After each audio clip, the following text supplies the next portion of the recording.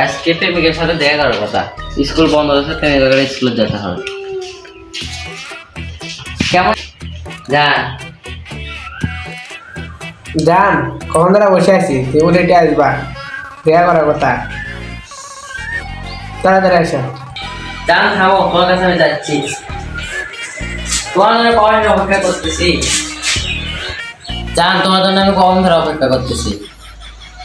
তুমি কিছু বলো না, তোমার জন্য এসে এখানে বসে আছি আমি।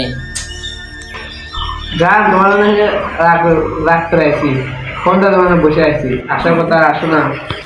তুমি তো আমার বেতনটা বুঝলে না। আমি মা বাবাকে মিথ্যা কথা বলে এখানে তোমার স্কুলে এসে তোমার সাথে আমি মানে ভালোবাসার কিছু কথা বলার জন্য এখানে এসেছি, কিন্তু সেটা বুঝবে না।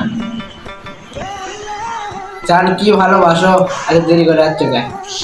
তোমাকে ভালো যদি নাই বাসতাম তাহলে আজ দূর থেকে এত খাটনি করে জামের মধ্যে থেকে তোমাকে দেখতে আসতাম? বলো। জান তোমার জাম কি বুঝিনি বাজে?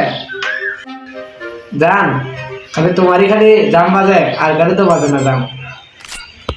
জাম তো বাজবেই, কারণ আমার বাড়ি হলো গুলশান আর তোমার বাড়ি ঢাকায়, তাহলে তো বাজবে না। এই কচুর থেকে তোমার স্কুলে দেখা করতে এসেছি, তুমি তো এটা বোঝো না। জান তুমি আমার কি বোঝাও, বাল বোঝাও? জান, জান এত অবাক হওয়ার লাভ নেই। তুমি আমাকে যদি ভালোবাসতে তাহলে এত দেরি করে আসতে? তাহলে তুমি আমাকে যে এইভাবে বলতেছো, এটা তো কোনো মানে হয় না, অপমান করার কথা। জান তোমাকে অমানের কথা কি বললাম? অমানের কথা তোমাকে বলিনি, তোমাকে বললাম আমার জন্য এত দেরি করে আসছে, এটা একটা অমানের কথা হলো? এটা অপমানের কথা না, দেরি করে আসা। আমি প্রতিদিনই তো দেরি করে আসি না। এত দূর থেকে জামের মধ্যে তোমাকে দেখা করতে এসেছি। স্কুল ছুটি দিয়েছে অনেক আগে তোমাকে, আমি তো জানি না। তুই ফোন করেছিলাম তো পুরো আধা ঘন্টা মধ্যে, এই আধা ঘন্টা বেশি লাগছে, এত কোনো ব্যাপার না। জান একজন তোমাকে মাফ করে দিলাম, আর এর পরবর্তীতে দেরি করে আসবে না। মাফ করে দিয়েছো, ভালো আছে। তাহলে তোমার বাসায় কি বলেছো বিয়ের কথাটা? জান বিয়ের কথা তো করিনি মা বাবারে। আমি তো বিয়ের কথা বলছিলাম, কিন্তু আমার মা আমাকে মানে বাসা থেকে বের করে দিয়েছে। চলো, বাবা পরে আবার নিয়ে এসেছে আমাকে বাসা। জান যাই হোক আমাকে বিয়ের ব্যাপারটা একটু আগে আনতে হবে। বিয়ের কথা যত তাড়াতাড়ি আগে নিয়ে আসবা সেটা তো আমাদের ভালো। মানে লেখাপড়া প্রায় শেষের মাঝখানে আমাদের, এখন পরীক্ষা সামনে 7 তারিখে। তুমি যাই বলো কেন, বিয়ে আমাদের 7 তারিখের পরে করতে হবে, মানে পরীক্ষার পরে।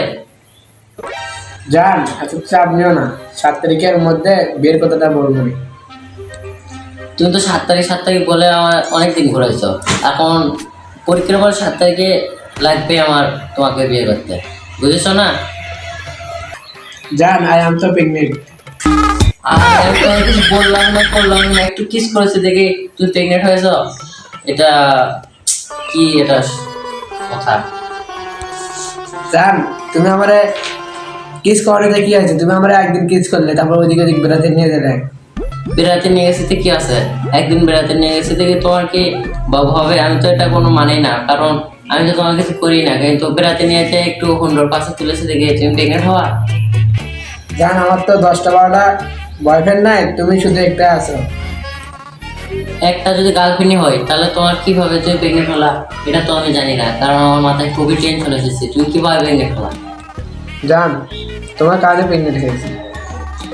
বারবার শুধু আমারই দোষ দাও। আমি তোমাকে তো একদিন বেড়াতে নিয়ে গেছি দেখি তুমি আমাকে এরকম বাজে ভাবে ফাঁসাইলা। জান বাজারে ফাঁসাবো না, তুমি ছাড়া আমার কে আছে গার্লফ্রেন্ড? অন্য প্রতিবারে তুমি আমারই দোষ দাও, কারণ আমি তোমার শুধুমাত্র একটা গার্লফ্রেন্ড হলো, তুমি কিভাবে প্রেগনেন্ট হলো এটা তো আমি জানি না। তা আমি জানি না, তুমি আমাকে মেনটেন করো, তুমি বিয়ে করো, আর বাবা মাকে আমার কথা বলো, আর বিয়ে করবো। তোমার তো কিছু বুঝতে পারি না, তুমি আমার বিয়ে করবে নাকি সেটা বলো এখন। জান বিয়ে না করতে গেলে ঝিলে। আর সরি সরি, আমি প্রেগনেন্ট হওয়ার কারণে আমি যাই, তাও তুমি জেলে কিছু করো না জানো, পুলিশ থেকে। তাই মতো ঠিক আছে, দিনটাই ঠিক করি।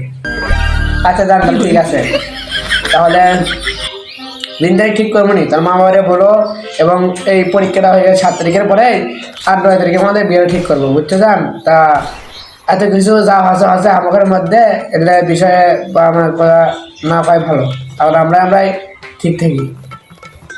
জান তাহলে সমস্যা নেই, তুমি 3 তারিখ ঠিক করো, আমি আমার মা বাবাকে বলে 3 তারিখ ঠিক করবো। কারণ এটার জন্য যদি আমি দায়ী থাকি তাহলে তো এটা আমার দায়ভার ছুটতে হবে, কারণ এই দায়িত্ব আমার তাহলে আমি দিন তারিখ ঠিক করে আমি মা বাবাকে নিয়ে একদিন আসবো নি তোমাদের বাসায়। থাকো তাহলে যান। যান তাহলে থাকা, আমার তাহলে ছেলে তোমার বাড়ি বিলে। বাসায় যাওয়ার আগে একটা কথা বলি, তোমার কটা গার্লফ্রেন্ড ছিল সত্যি করে বলবা? একটাও না। তুমি আমার এটা কি বললে? এটা তুমি আসলে মিথ্যা কথা বলেছো, কারণ তোমার খালাতো ভাই বলে কি জানি আছে তোমাদের বাসায় এসেছিল কয়েকদিন। এটা তো আমি কে বলে মাত্র আমার একটা বন্ধু ফোন দিয়েছিল, মানে তোমাদের বাসার পাশে আমার বন্ধুটা থাকে। আমার বাড়িতে যে খালাতো ভাই আইছিল, তোমাকে এটা কে বললো? আর তোর বন্ধুর নাম কি? তার বন্ধুরা আমার দেখা বললো এটা। আমার বন্ধুর নাম তো এই যে খান বংশের একটা ছেলে, মানে রবি। এই আমার বন্ধুর নাম রবি। রবি তো আমার খালাতো ভাই। আর রে আমার বন্ধু আমার গার্লফ্রেন্ডকে প্রেগনেন্ট বানালো, এটা তো আমার বন্ধুকে দেখে নেব। যেমন তোমার যেহেতু আমার খালাতো ভাই যেহেতু তোর বন্ধু হয়, তা এখন আমাদের মধ্যে যা আছে যা আমরা এখন তিনজনেই জানি, কিন্তু আর কাউরে বলার দরকার নাই। তা তুমি থাকো, জানো আমি তাহলে বাসায় চলে যাবো। বিয়ে তো তাহলে তোমার খালাতো ভাইয়ের সাথে হবে, আমার সাথে বিয়ে হওয়ার কোনো কারণ নাই, কারণ ওই বাচ্চা তো আমার না, তোমার খালাতো ভাইয়ের, ওটা আমার বন্ধু। মানে তোমার তোমার বিয়ে হবে শুধু তোমার খালাতো ভাইয়ের সাথে। কারণ খালাতো ভাই কি করবো? আর হলে তুমি আমার বেমানি করলে, তা প্রতিশোধ আমি একদিন নেবই। এখন তোমার সাথে আমার যাওয়া আছে, জান এটা এগুলো কথা আর কাউরে বলবে না।